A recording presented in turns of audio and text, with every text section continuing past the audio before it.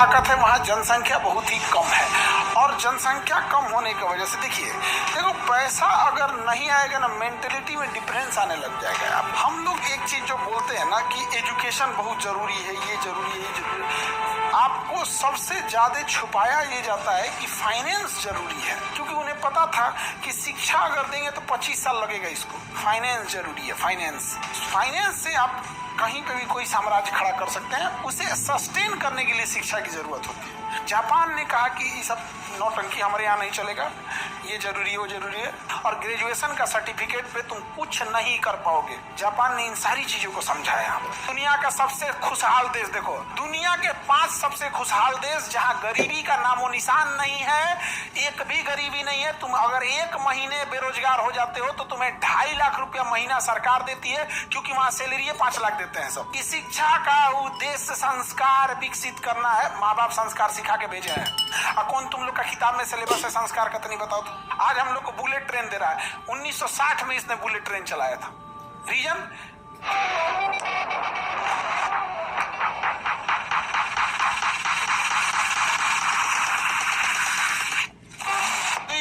Japan में 7800 द्वीप होने के बावजूद और 3800 द्वीप होने के बावजूद, इतना इंडस्ट्रियल होने के बावजूद, वहां 65% से ज्यादा 70% तक जंगल है। कितना परसेंट है? उन्होंने पूरे पर्यावरण जंगल को बचा के रखा है जापान ने। हालांकि जापान की सबसे एक बड़ी ताकत है वहां जनसंख्या बहुत ही कम है। और जनसंख्या कम होने की वजह से देखिए, हम लोग एक चीज जो बोलते हैं ना कि एजुकेशन बहुत जरूरी है, ये जरूरी है, ये जरूरी है, आपको सबसे ज्यादा छुपाया ये जाता है कि फाइनेंस जरूरी है। जरूरी क्या है? फाइनेंस। देखो पैसा अगर नहीं आएगा ना, मेंटेलिटी में डिफरेंस आने लग जाएगा। आप फाइनेंशियल स्थिति तुम देखना, तुम जनरल डिब्बा में बैठ के देखो, वहां लोगों की बात करने का टॉपिक, मुद्दे अलग होंगे। तुम वही उठ के उसी ट्रेन के एसी डिब्बे में जाके देखो, वहां लोगों के बात करने का तरीका, स्टैंडर्ड लिविंग स्टाइल सब कुछ अलग हो जाएगा। एकदम कंप्लीट क्या रहेगा? डिफरेंट रहेगा। फ्लाइट में चल जाओ और ज्यादा रहेगा, उसमें चल जाओ, उसमें भी बिजनेस क्लास में है, कोई दिक्कत, तो सब अलग हो जाता है। तो भारत के लोगों को ना छुपाया गया, क्योंकि देखिए भारत एक लोकतांत्रिक देश है। हमें अपनी जरूरतों के लिए हमने अपनी सरकार चुनी है। तो एक प्लान तरीके से इन्होंने कहा कि शिक्षा बहुत जरूरी है, क्योंकि उन्हें पता था कि शिक्षा अगर देंगे तो 25 साल लगेगा इसको। उसको नर्सरी, केजी, मैट्रिक, इंटर कराओ, फिर ग्रेजुएशन कराओ, फिर कंपटीशन दो, नौकरी दो, 25 साल। तो 25 साल शांत रहेगा, शांति से कहो इसको टॉनिक पिलाओ। शिक्षा जरूरी, फाइनेंस जरूरी है। फाइनेंस समझ में आ गया कि नहीं गया? फाइनेंस जरूरी है। फाइनेंस से आप कहीं पे भी कोई साम्राज्य खड़ा कर सकते हैं। उसे सस्टेन करने के लिए शिक्षा की जरूरत होती है। तो कोई जरूरी थोड़ी खुद ही सस्टेन करेगा आप। तो फाइनेंस खराब कर दिया। जापान ने कहा कि ये सब नौटंकी हमारे यहाँ नहीं चलेगा, ये जरूरी है, वो जरूरी है। कपड़ा पहनना जरूरी है, तो भाषण देने की क्या जरूरत है? जैसे कपड़ा पहनना जरूरी है वैसे एजुकेशन जरूरी है। क्या जिंदगी भर हम लोग पढ़ते हैं? सीखते जिंदगी भर है। पढ़ाई का एक उम्र होता है 20-22 साल तक में आप अपनी पूरी मेन जो स्ट्रीम एकेडमिक स्कूल कॉलेज की पढ़ाई होती है उसे खत्म कर चुके होते हैं। उसके बाद वो टोटल फोकस करता है फाइनेंस पे। तो जापान के लोगों के पास पैसे ज्यादा हैं। पैसा जाने होने की वजह से लिविंग स्टैंडर्ड बढ़ गया है, खाने पीने का जो क्वालिटी है वो बढ़ गया है, जिस वजह से लोग बीमार कम पड़ते हैं। हमारे यहाँ लोगों के पास पैसे कम है, जिस वजह से खाने पीने की स्टैंडर्ड एकदम खराब है, एकदम न्यूट्रिशन के नाम पे तो जीरो है। इसी वजह से जब ये बीमार पड़ते हैं तो इतना तेजी से इनका हेल्थ डाउन होता है। सीधे जिला से गांव से जिला में, जिला से बड़े से हॉस्पिटल में तो 2 लाख लेके और अगले दिन रेफर, 2 लाख लो अगले दिन रेफर करते करते करते ऊपर तक पहुंचाता है। जब लास्ट तक पहुंचते हैं तो किसी के पास कुछ बचा ही नहीं। इसका रीजन क्या है? हेल्थ सिस्टम अच्छा, देखो हमारा फूड बिहेवियर बहुत खराब है, हमारे पास पैसे नहीं है। और चाइना में, सॉरी जापान में इसने बहुत अच्छा किया है। जब आप अच्छा लिविंग स्टैंडर्ड कर देते हैं ना, तो आपको हर जगह वैसी चाहिए। जैसे आपका घर एकदम, घर में कालीन बिछा होगा, साफ सफाई होगा, किसी घर में जाएंगे ना तो उसमें आपको कुछ फेंकने में भी अजीब लगेगा, तो तुम फेंक ही नहीं पाओगे। लेकिन क्या है कि हम लोग का स्टैंडर्ड भी वैसे ही है। जैसे घर, गरीबी की वजह से घर कैसे होते हैं, पूरे घर में कहीं फेंक दो, डस्टबिन की जरूरत नहीं है। बढ़िया घर रहता है तब ना डस्टबिन रखा जाता है कि हाँ यहीं फेंक सकते हो, यहाँ नहीं। गरीबी में इतना कमर तोड़ देता है, तुम कहीं फेंक दो। तो धीरे धीरे मेजॉरिटी लोगों को हम लोगों ने अपने देश में 5 किलो राशन के लिए लाइन लगा दी है। उनको हमको समझाना पड़ता है स्वच्छ भारत स्वच्छ भारत। रीजन क्या है कि गरीबी और कुपोषण में वो जन्म लिया है, उसको जैसे तैसे घर में रहा है बेचारा, गांव में जिंदगी बिताया, पैसे के अभाव में ऐसे विद्यालय में गया है, ना बाथरूम सही है ना क्लासरूम सही है ना तो उसके दिमाग में मेंटेलिटी भर गया है, तो समाज ऐसे ही रहता है। जापान ने ऐसा नहीं किया, स्टैंडर्ड ऑफ लाइफ इतना जबरदस्त है, सब लोग उसी टाइप के हैं। तो कोई कचरा होता है तो जेब में रख लेते हैं, डस्टबिन खोजते हैं हर जगह, वहां साफ सफाई के लिए झमेला नहीं करना पड़ता। और हम लोगों ने बेवकूफ बनाया, लोगों क्या गया बेवकूफ बनाया। सबसे जरूरी क्या है? फाइनेंस। एक अनपढ़ से अनपढ़ इंसान गांव का एकदम कुछ नहीं पढ़ा है, भैंस चरा रहा है, आप उसको 10 लाख रुपया दो, 100 गो भैंस लाएगा। कितना लाएगा? 100 गो भैंस। तुम अभी ग्रेजुएशन करते रहना, उस 100 गो भैंस लाएगा, 6 महीना बाद सब भैंस बच्चा देने लगे, ऐसा उसका दूध प्रोडक्शन चालू हो गया, तुम्हारा ग्रेजुएशन फर्स्ट ईयर है उसका निकल गया प्रोडक्शन। अब उसको जो 100 भैंस है वो अगले साल 200 हो जाएगी, दूध का प्रोडक्शन बढ़ गया। तुम अभी ग्रेजुएशन सेकेंड ईयर में बीए लेके करते रहो, वहां पे वो धीरे धीरे प्रोडक्शन करते करते चल गया, अपना कर्जा चुका देगा, अपना घर बना देगा। तुम ग्रेजुएशन थर्ड ईयर में, अब मगध यूनिवर्सिटी हो ना तो मरो ससुरे, तो नहीं तुम मरो वहां पे, मर जा तुम वहां पे। हमको इस बात से बहुत एलर्जी है कि आपने ग्रेजुएशन करा के एक बच्चों से जिंदगी का सबसे बहुमूल्य चीज छीन लिया और ग्रेजुएशन का सर्टिफिकेट पे तुम कुछ नहीं कर पाओगे। तुम उस सर्टिफिकेट के दम पे कुछ करके दिखा दो, तुम अभी भी बस तुम्हें बैठने की एलिजिबिलिटी दे देगा कि तुम इस एग्जाम में बैठ सकते हो, तुम्हें कुछ देने वाला नहीं है। तुम ग्रेजुएशन का सर्टिफिकेट लेना बीए का, अब भर नोएडा गाजियाबाद दिल्ली गुड़गांव घूमते रहना, हमको जॉब चाहिए, निकल बीए के बाद इंटर का बीए, क्या मतलब बन रहा है? जापान ने इन सारी चीजों को समझा है। यहाँ पर सबसे जरूरी चीज अपने दिमाग में बैठा के रख देना, पूंजी होती है। क्या होती है? पूंजी। पूंजी सबसे जरूरी। अगर आपके पास पूंजी है सब कुछ कर सकते हो। अंगूठा छाप इंसान जो दूध दूता था, उसके बाद पूंजी आया, खटाक से स्टेटस बदल गया। अब वो नोट कच्चे घर से पक्के मकान में जाएगा, मकान में जाएगा, ठीक ठाक रखेगा वहां पे, फिर पहनावा ओढ़ावा, खान पान, बात करने का तरीका, मेहमानों को ट्रीट करने का तरीका, जो पहले खटिया बैठा के लोटा में पानी देता था, सोफा टेबल पे बैठा के नाश्ता देगा, बंद बोतल का बिस्लरी थमाएगा, उसको स्टैंडर्ड बदल गया कि नहीं? और उसको लोग कहेंगे कि गांव के लोगों के पास उतना रेस्पेक्ट नहीं है, ये नहीं बाबू, पैसे ने कमर तोड़ दिया हिंदुस्तान का। और अमीरों के लिए चीजें अलग हो गई, या गरीबों के लिए अलग हो गया। फिर थोड़ी थोड़ी चीजों के लिए गरीबों में किच किच किच किच होता है, तुम इधर पानी मत बहाओ, तुम ये मत करो, वो मत करो। बड़े लोगों के घर कोई नहीं है, समझ में आ रहा है कि नहीं? जापान ने अपने इस सिस्टम को, लोगों को वहां पे एकदम ट्रीट किया बेहतर ढंग से। और हम लोग को सबसे खराब तो बर्बाद किया सब झारखंड और बिहार वालों को, सबसे खराब किया यहाँ पर। इन लोग को अभियो नहीं बुझाता, अभियो बिहार वाला फैक्ट्री खोजता है सब। नॉर्वे दुनिया का सबसे खुशहाल देश, देखो Norway, Sweden, Finland, Iceland, Denmark, दुनिया के 5 सबसे खुशहाल देश जहां गरीबी का नामो निशान नहीं है, एक भी गरीबी नहीं है। तुम अगर 1 महीने बेरोजगार हो जाते हो तो तुम्हें 2.5 लाख रुपया महीना सरकार देती है, क्योंकि वहां सैलरी 5 लाख देते हैं सब। समझा क्या? कौन लेगा 2.5 लाख रुपए आराम से? और उन्होंने कहा कि इतना ही नहीं, इतने खुशहाल है कि उन्होंने कहा कि हफ्ते में 1 दिन छुट्टी होती है, संडे नहीं 2 दिन दिया जाए, मंडे टू फ्राइडे। तो ये स्कैंडिनेवियाई देश में हफ्ते में 2 दिन। अभी वो लोग कह रहे हैं कि नहीं, हफ्ते में हम 3 दिन छुट्टी देंगे, 4 दिन काम कराएंगे। कौन सी फैक्ट्री लगी है वहां पे? नहीं लगी है। तो बेवकूफ बनाते हैं सब तुम लोग को, और हम सब बेवकूफ बन रहे होते हैं। ऐसा कोई जरूरत नहीं है। यहाँ पे प्राइम फोकस ऑफ एजुकेशन होना चाहिए कि हम अपना कैपिटल कैसे ले आ सकते हैं। अगर कैपिटल आ गया तो आपके अंदर 10 लोगों को रोजगार देने लोगों, समझ में आ गया कि नहीं आ गया? उसके आराम से हो जाएगा। जापान ने यही सब किया, आज हम लोग को बुलेट ट्रेन दे रहा है। 1960 में इसने बुलेट ट्रेन चलाया था।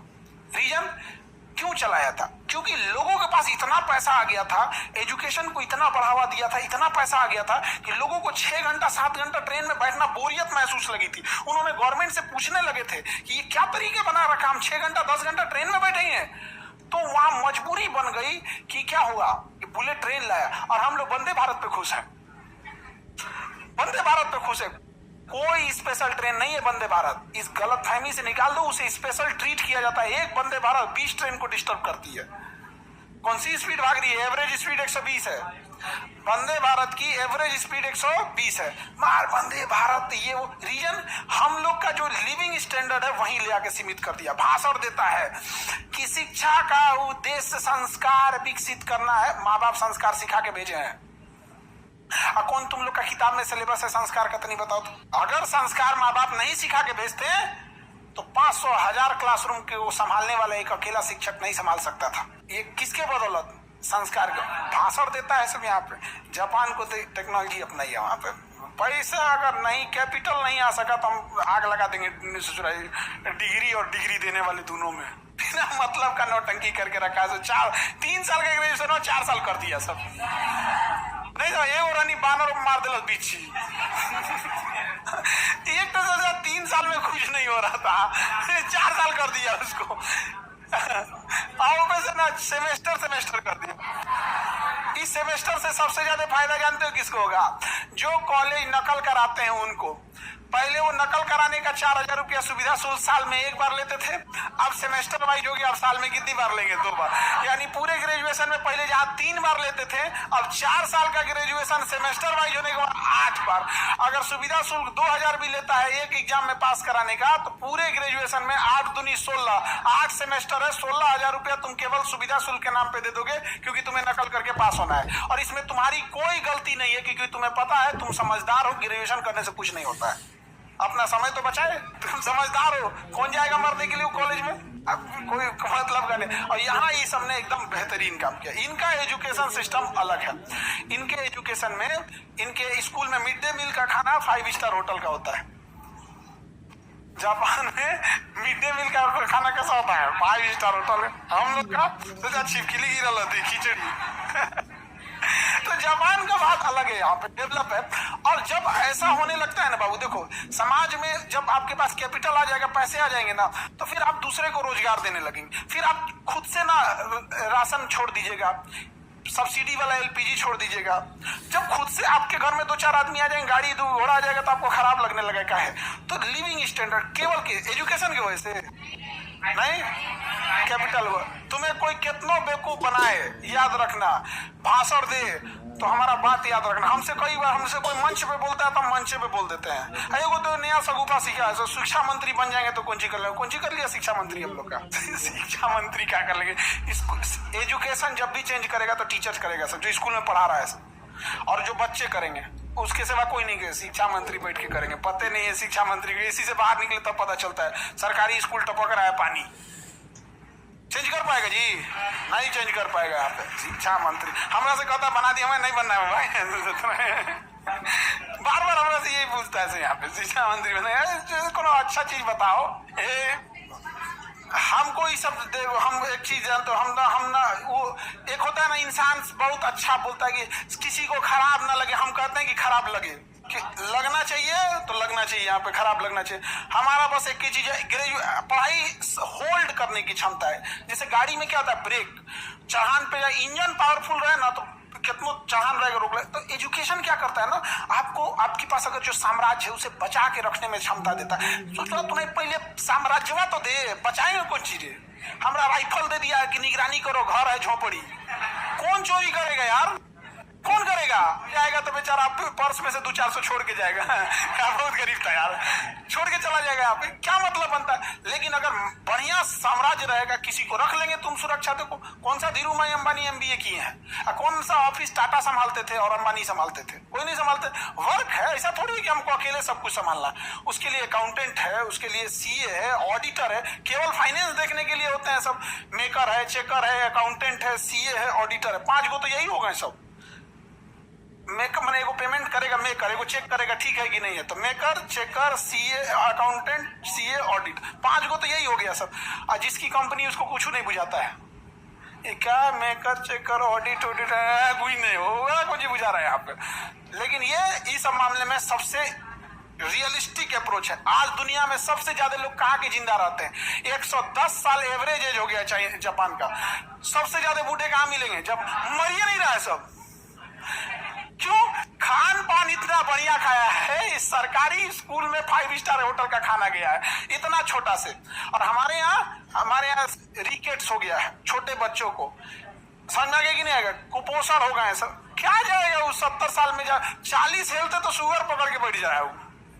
40 होते हैं शुगर पकड़ के बैठ जा रहा है। क्या बैठेंगे ये लोग? सर इतना सही सही नहीं बोलना था हमको। तो हमारा बस चले तो मोटका हरिहर का बांस लेकर मारत फिरे। सोचा तूने कुछ भी कर 25 साल हेला तो 25,000 कमाए वो। बस हम नहीं कर रहे हैं अंबानी बनेगा, वो हेला तो उसको कमाना चाहिए, चाहे गांव में बैठा है चाहे शहर में, तो कमा लेता है, गांव में नहीं कमा पाता। और लड़की लोग तुम लोग को तो नाच दिया सब, तुम लोग को तो सबसे पहले पैसा से साइड किया सब। तुम लोग को कहा शिक्षा ही सब, पैसा हमारे पास भी रहना चाहिए। अब जबान में ही सब नहीं है। सबसे ज्यादा लोग कितने उम्र तक सबसे ज्यादा बुजुर्ग लोग कहाँ मिलेंगे? ऐसा नहीं है। पहला परमाणु बम किसने झेला? दूसरा किसने झेला? सर्वाधिक भूकंप किसने झेला है? सर्वाधिक सुनामी जापान। खुद का परमाणु विस्फोट हो गया जापान। उसका अपना फुकुशिमा 2011 में ब्लास्ट हो गया जापान। इतना भयानक हुआ वहां पे जापान में डेली भूकंप आता है, डेली चर्चा होता है। जब बड़ा हो जाता है तो कहीं ना कहीं जापान में ना भूकंप आते रहता है। वहां पे घर मकान अब ऐसे बना दिए गए हैं कि भूकंप के दौरान क्लास चलते रहता है। जिस भूकंप में हम लोग मैदान में भाग जाते हैं ना, भागा हो उसमें वहां क्लास चलते रहता है। और 20-20 तल्ला बिल्डिंग सिस्टम बना दिए हैं सब ना, वो सब वहां पे सिस्टम बना दिया सब। बिल्डिंग में हिले नहीं देते हैं सब। जो पिलर होता है ना, पिलर कोई सस्पेंशन पिलर बना दिया है सब। पिलर वो अपना हिल जाता है, शॉक वाला लगा के स्प्रिंग, और उसके बाद से मकान को खोखला बना के, जैसे चारों ओर से मकान बनेगा, बीच में खाली जगह रहेगा, और उस खाली जगह में ना लोहे की बड़ी सी बॉल लटका देते हैं सब, बहुत भारी लोहे की बॉल। तो जब कोई घूमने वाली चीज पे कोई चीज लटका देते हैं ना, तो तेज नहीं घूम पाता है वो, तो बड़ा भारी लटका देते हैं लोहे का वहां पे। अब जैसे भूकंप आता है तो बिल्डिंग हिलती है, तो बिल्डिंग वहां से बंधा हुआ लोहा हिलता है, तो वो क्या करता है, बैलेंस करा देता है। तो हिलना चाहिए ज्यादा तो हिलता है, काम आराम से चल जाता है।